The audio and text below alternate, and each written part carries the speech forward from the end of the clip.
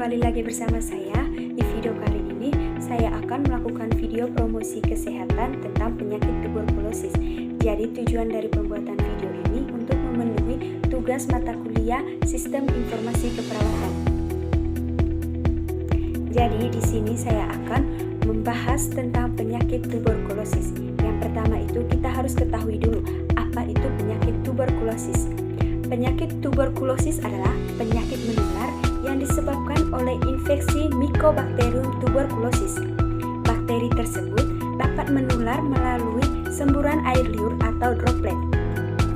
Nah, ketika pengidap TBC ini berbicara batuk atau bersin, bakteri Mycobacterium itu dapat masuk ke dalam paru-paru dan mengakibatkan pengidapnya mengalami sesak nafas disertai batuk kronis.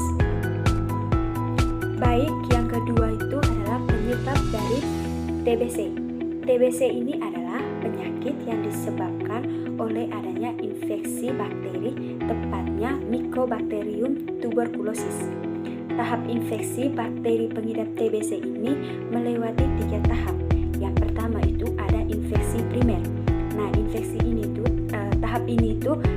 tahap terjadi saat udara yang mengandung bakteri penyebab TBC terhirup oleh hidung atau mulut hingga masuk menuju paru-paru dan berkembang biak. Kemudian infeksi laten itu ketika bakteri mulai berkembang, sistem imun akan melakukan perlawanan. Yang ketiga itu ada infeksi aktif. Saat imun tubuh tidak berhasil melawan bakteri yang masuk dan berkembang biak, maka bakteri akan bebas menyerang sel-sel sehat pada paru-paru. Yang ketiga itu gejala dari penyakit tuberkulosis ini. Nah, gejala yang sering terjadi pada pasien TBC itu yang pertama itu batuk berlangsung lebih dari 3 minggu, sesak nafas, rasa lelah berlebihan, demam tinggi atau berkeringat pada malam hari, kemudian kehilangan nafsu makan, penurunan berat badan, dan nyeri. Yang berikutnya yaitu cara mencegah penyakit TBC. Cara pencegahan yang pertama yaitu dengan vaksinasi TBC. Nah, di sini itu TBC itu dicegah dengan pemberian vaksinasi Bacillus Calmette Guerin atau BCG. Nah, vaksinasi BCG ini direkomendasikan untuk beberapa orang yang memiliki resiko tertular bakteri TBC. Kemudian, cara pencegahan yang kedua itu menjaga kebersihan diri dan lingkungan.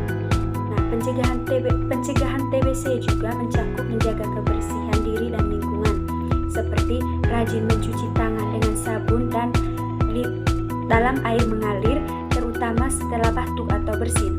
Kemudian, menutup mulut dan hidung dengan tisu atau lengan bagian dalam ketika batuk atau bersin. Cara pencegahan yang ketiga yaitu menghindari faktor risiko terkena TBC. Beberapa faktor risiko yang dapat meningkatkan kemungkinan terkena TBC. Untuk mengurangi risiko tersebut, kita itu harus melakukan beberapa langkah. Yang pertama itu hindari kontak langsung dengan orang yang menderita TBC aktif. Kemudian upayakan menghindari kehidupan di area padat.